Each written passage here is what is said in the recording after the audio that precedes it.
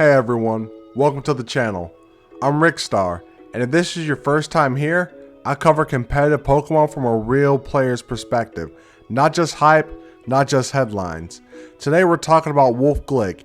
He's the name that comes up first when people think about Pokemon VGC. He's a world champion, a content creator with over 1 million subscribers, and he's basically the face of the competitive scene. But here's a question I want to unpack. Is he the best player, or is he just the most visible one? And what does that visibility really mean for the future of VGC? This video isn't meant to disrespect Wolf or tear him down. It's about understanding the difference between influence and actual competitive presence. So, let's start with the basics.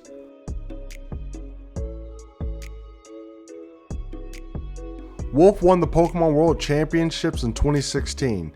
That alone puts him in a legendary tier. His win wasn't a fluke. He was already well known for his smart team building and deep understanding of the game. But what makes him different from the other world champs is what he did after that win. He didn't just fade back into the grind like most players. He pivoted into content. YouTube, Twitch, collaborations, interviews. He built a brand around competitive Pokemon. His content is polished, fun, digestible. He makes meta-analysis fun. He puts viewers onto competitive concepts without overwhelming them. Honestly, he opened the door for a lot of new fans to care about VGC. But here's where we need to zoom out. Being a good content creator and being a top competitor aren't always the same thing. At some point, the Pokemon Company looked at Wolfey and said, "This is our guy." Think about it. He's family friendly, on brand, understands the game, and he knows how to speak to casual and competitive audiences alike. That's a rare combo. So now, Wolfey shows up in official promotional material, he's featured in recaps, he gets screen time at Worlds, he gets the spotlight. He's essentially Pokemon's go-to ambassador for VGC. And that's great for him, but it also creates a system where visibility and support aren't based on skill alone, they're based on influence. There are dozens of players grinding every week who never get noticed because they're not building a YouTube empire. It doesn't make Wolfey the villain, it just means we're looking at a system where one person dominates the narrative. And that might be good for marketing, but it's not always good for the scene.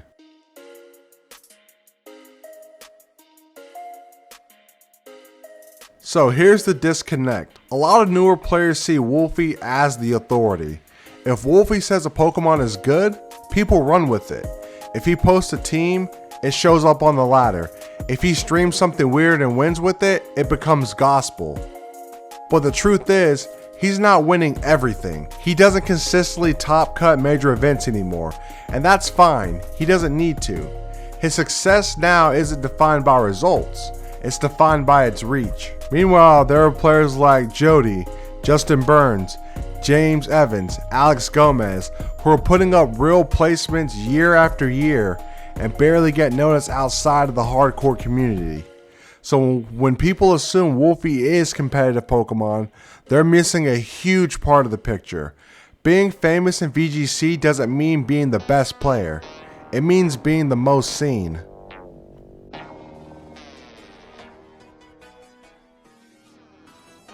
This is where things get tricky, because what the Pokemon Company is really building isn't a competitive scene. They're building a fan base around Wolfey. You see it all the time. People go to VGC events not to compete, but to see Wolfey. They run his teams, they speak his language, they treat him like the entire game revolves around his opinions.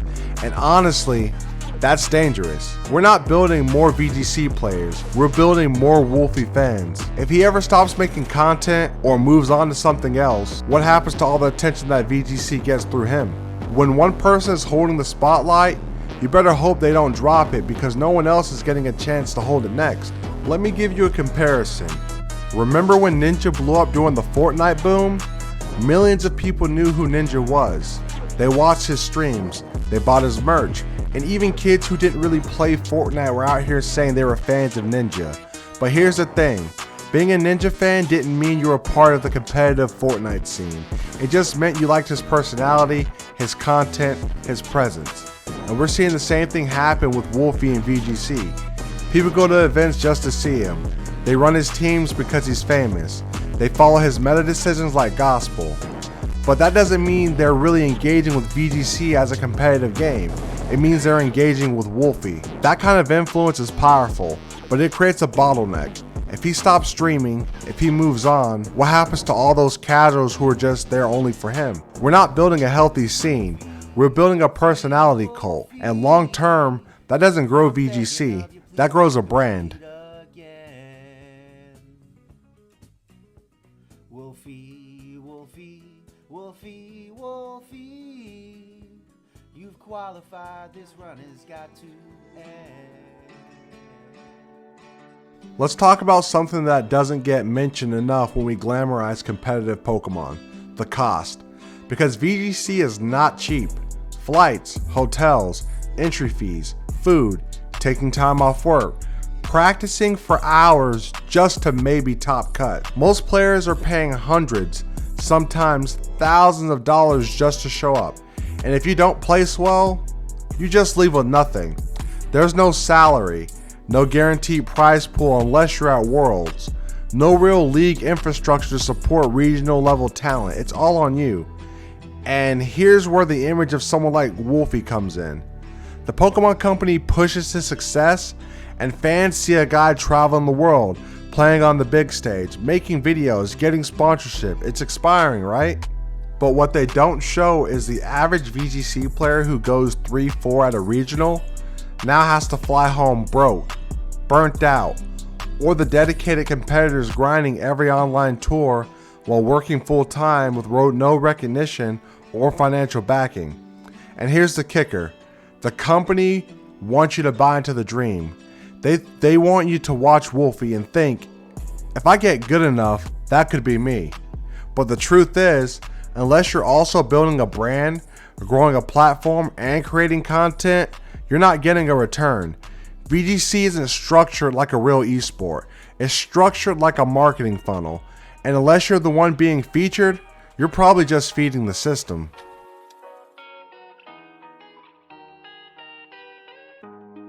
There was also a point in time where Wolfey faced some controversy in the community, a situation that still gets brought up every now and then. He was accused of using a Raichu in a Pokeball it couldn't legally be in. Now, this isn't a he was the only one doing it situation. Plenty of players have used, ginned, or hacked Pokemon in official events. The bigger issue was what came after. Instead of outright denying it, Wolfey made a video explaining the idea of legal but hacked Pokemon, meaning it has the right stats, the right nature, the right moves, and everything looks correct on paper. The only difference is it was created outside the game, usually with a save editor, and technically that's against the rules. The rules say Pokemon must be obtained legitimately through gameplay, but Wolfey and many others argue that it's ethically fair because a Pokemon could be obtained normally, just not conveniently. It's like saying, hey, I saved time, but the stats are the same. The problem is, once you bend the rules for convenience, you blur the lines for everyone else. And when the most visible face in the game does that, it sends a message. If they can do it, why can't I?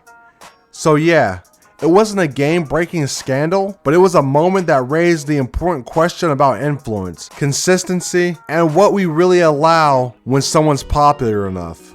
Now, if you were around during the time the Raichu controversy came up, you'll remember one name that kept showing up: Verlisify. Verlisify was one of the first creators to call out Wolfey for using a Raichu in a Pokeball it couldn't legally be in. He made videos accusing Wolfey of cheating, and he kept pushing the message that hacking, no matter how minor, was still breaking the rules. And look, Verlis wasn't entirely wrong. He had a point.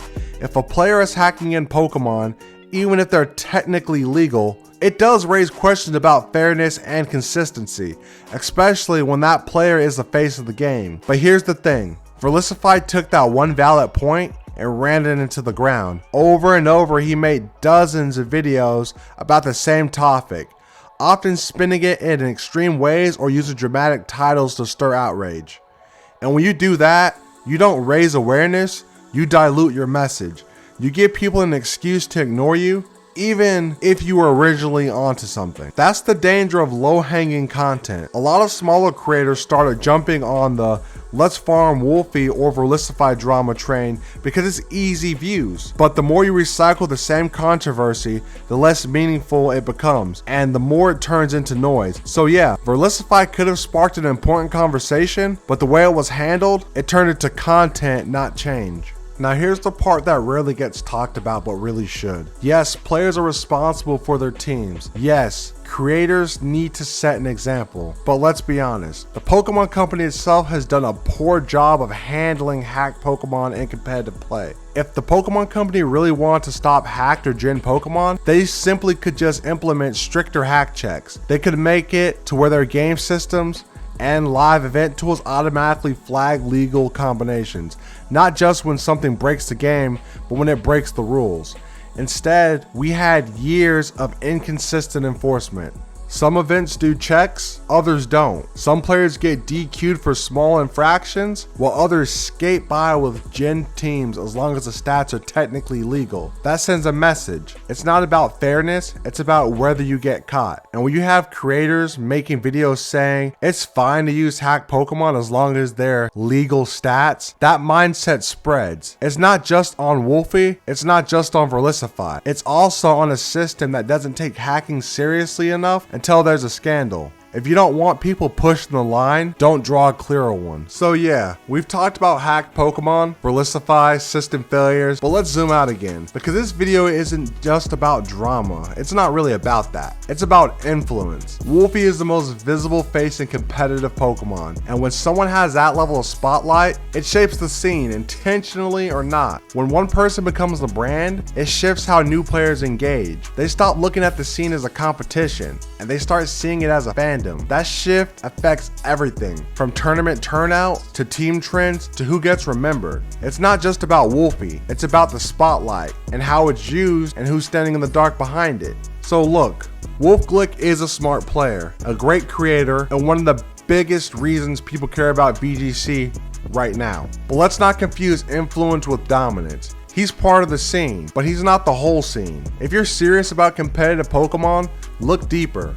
Study other players, enter your local events, build your own voice in the community. And if you're watching this and you're a Wolfey fan, I get it. He's entertaining, he's consistent, he's a gateway. But remember, the best thing you can do as a fan of the game is support the game itself, not just one personality. I'm Relic Long Rickstar, and I'm here to keep VGC honest, competitive, and evolving. If you like this video, hit subscribe and leave a comment and let me know what you think about the state of the scene. Until next time, keep building, keep battling, and keep questioning the narrative.